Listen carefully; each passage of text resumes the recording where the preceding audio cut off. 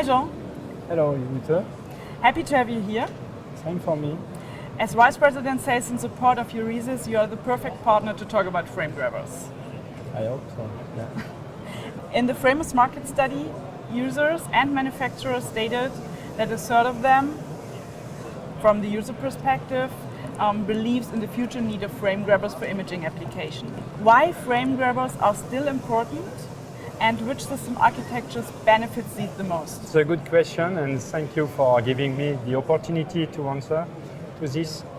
I will say that typically a frame grabber is taking benefits of the PCI Express bus architecture and the high bandwidth capability of this bus to transfer all the acquired images in the fastest way and reliable way to the PC memory.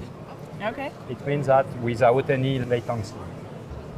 So I think that it's one of the major contribution of the frame grabber.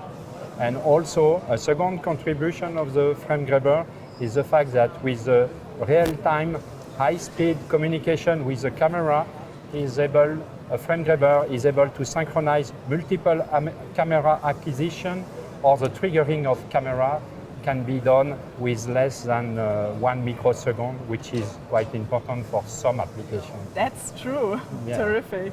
Yeah. Jean, in preparation for this interview, you told me the focus of Euresys will be the future development of the interface standard CoaXPress. Yes. Following the results of our market study, users and manufacturers mainly go for USB 3 and Gig eVision. What are the specific advantages using CoaXPress for imaging applications? The main advantage of CoaXPress is clearly the capability of the standard to transfer very high data rate from the camera to the PC memory. Okay. If you are using a 4-link 6x6 connection and camera, then you will be able to transfer up to 25 gigabit per second into the PC memory in real time using a CoaXPress frame grabber.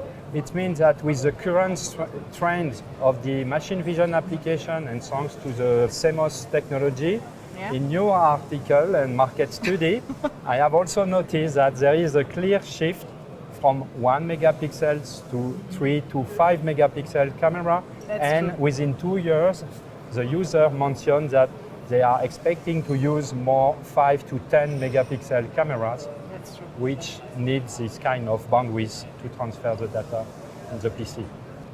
As one of your highlights here at the Vision Show, the Piccolo.net series streams full HD video over IP networks. Which applications benefits the most from?